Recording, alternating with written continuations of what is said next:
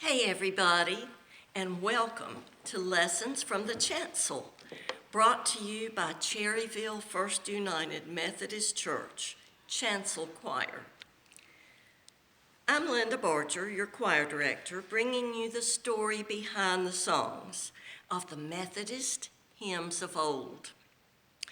This is our Methodist hymnal, and as I told you before, one of my former choir members, John Kilby, called it the Singing Bible, and I've picked that up and started calling it during my lessons, the Singing Bible.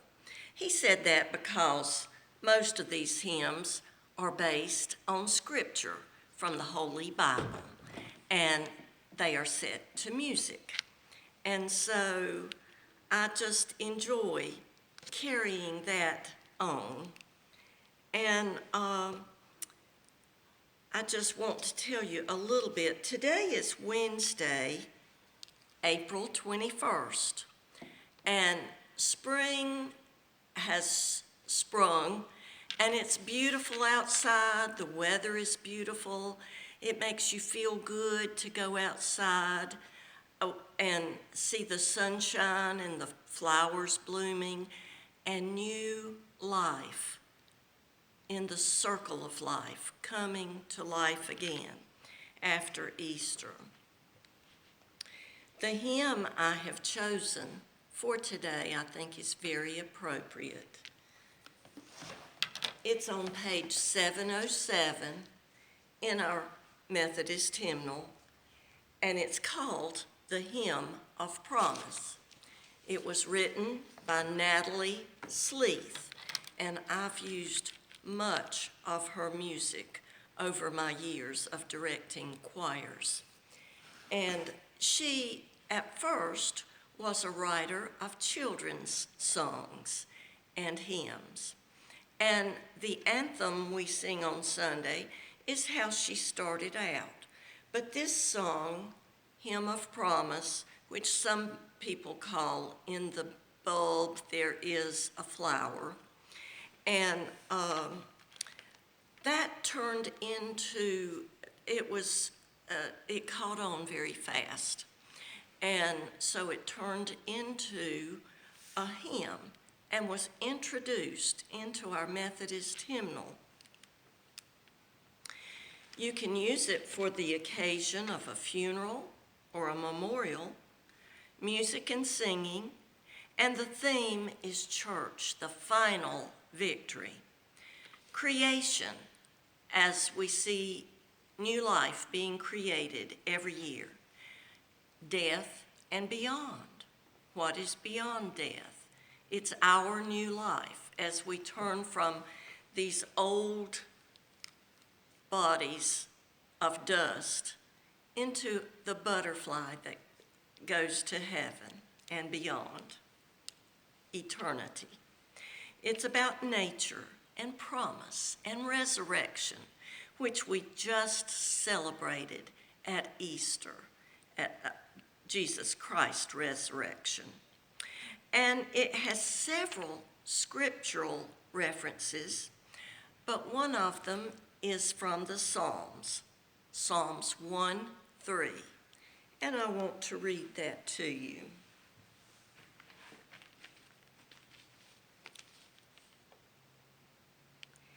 He is like a tree planted by streams of water, which yields its fruit in season, and whose leaf does not wither. Whatever he does prospers. And that reminds me of this hymn. From the King James Bible, it reads like this: And he shall be like a tree planted by the rivers of water, that bringeth forth his fruit in his season. His leaf also shall not wither, and whatsoever he doeth shall prosper. Now, I looked up today's date in our Methodist lectionary, which gives us a calendar of scriptures to read when it's time, and that gives us more direction from our pastor. And so I'm going to tell you a little bit about the Psalms, and this comes straight from our Methodist lectionary. The theme. The book of Psalms contains ancient Israel's favorite hymns and prayers, which were used in their worship of God, the great King. The overview of Psalms. The book of Psalms is a collection of 150 ancient Hebrew songs. And one of my high school friends majored in Hebrew at UNC Carolina. I just thought he was the smartest thing in the world. His name was Harris Williams, and sometimes I would walk to school with him. He was kind of shy and to himself, but no wonder he was so brilliant. People had a hard time understanding how to talk to him.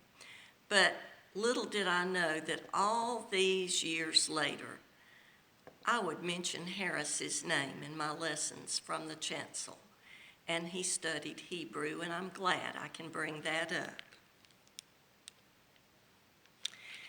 And prayers.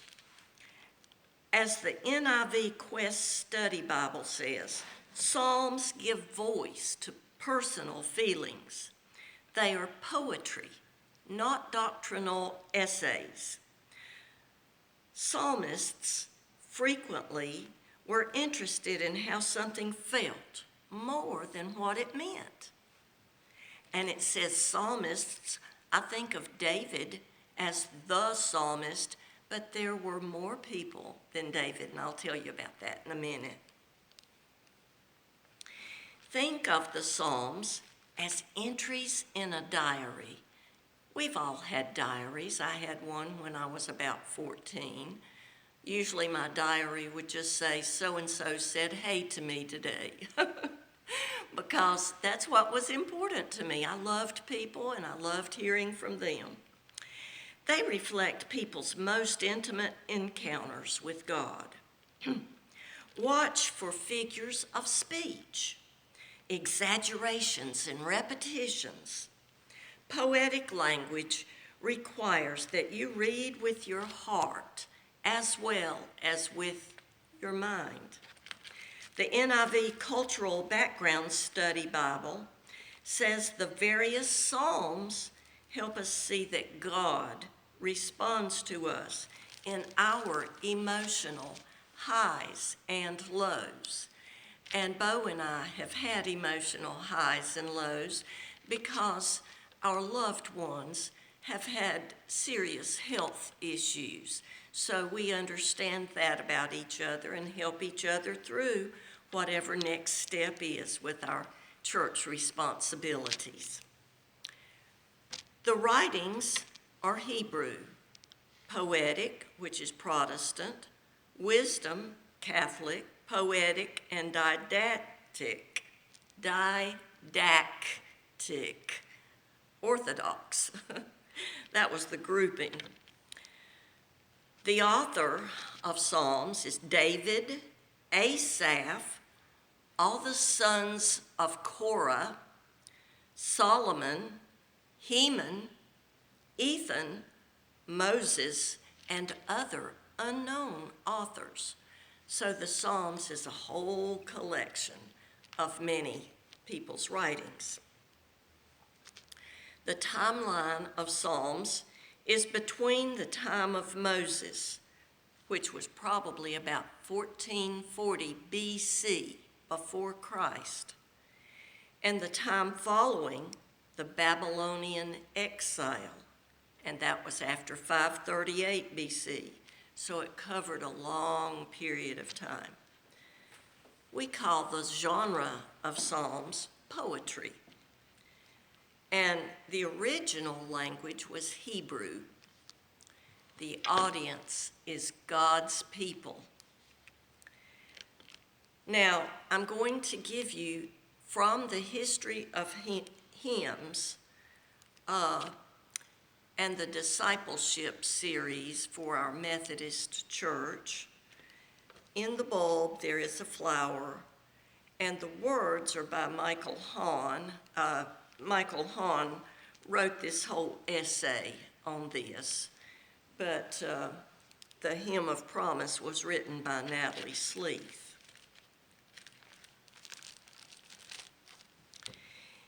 In the bulb, there is a flower.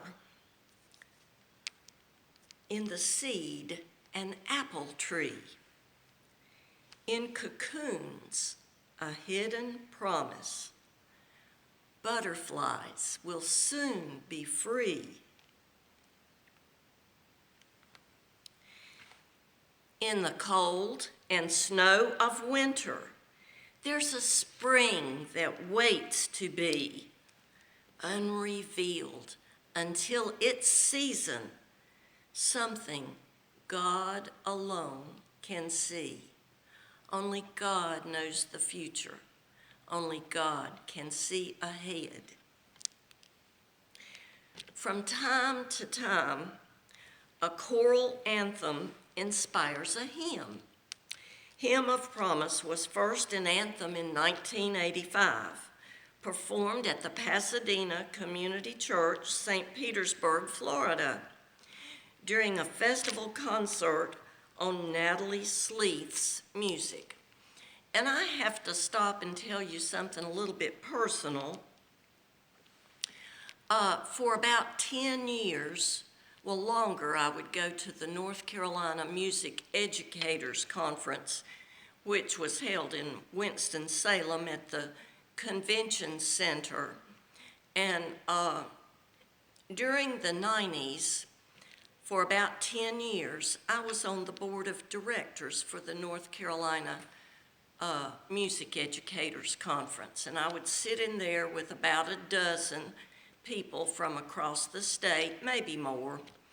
And we would decide how the music of kindergarten through 12th grade, and even beyond, college and community groups, was going to go. And we voted on things like that.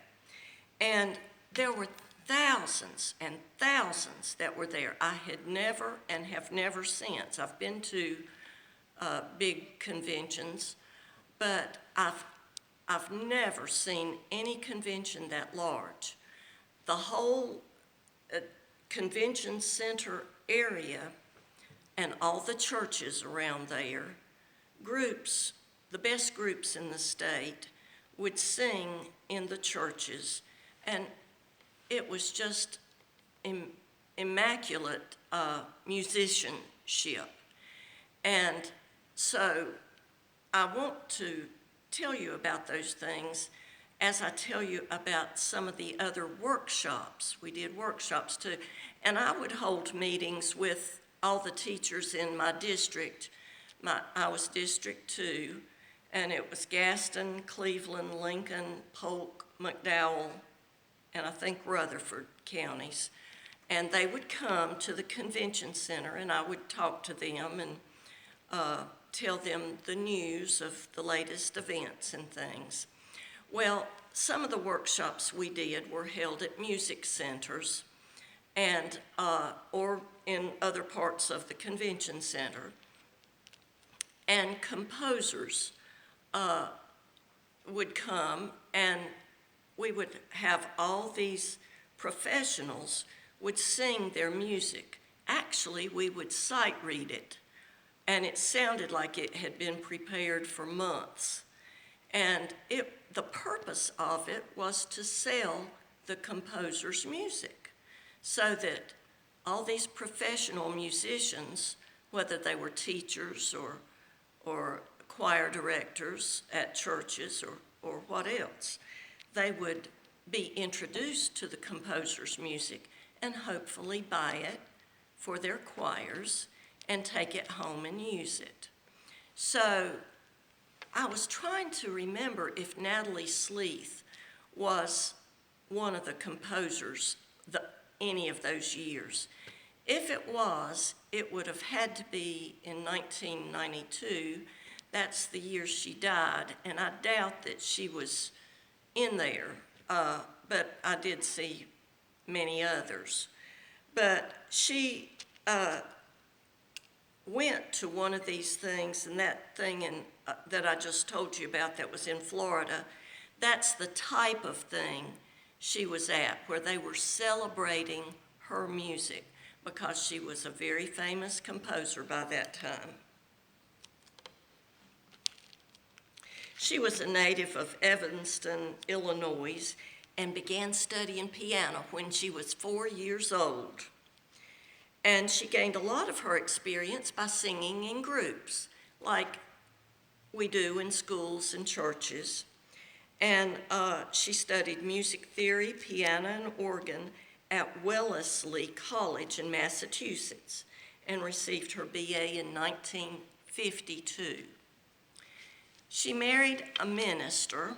His name was Ronald Sleeth. He was a United Methodist clergyman and professor of homiletics at Perkins School of Theology, Southern Methodist University. And she served as the music secretary at Highland Park United Methodist Church from 69 to 76. Now, music secretary might not have the impact on you that it does on me. For a large church, the library of music is just huge. And for her to handle all of that would have put her in contact with other musicians and other composers. And so she took some music theory with Jane Marshall and audited a course in choral arranging by Lloyd Fouch, who I've used his music lots of times. So he was a famous composer, and she got to know him, and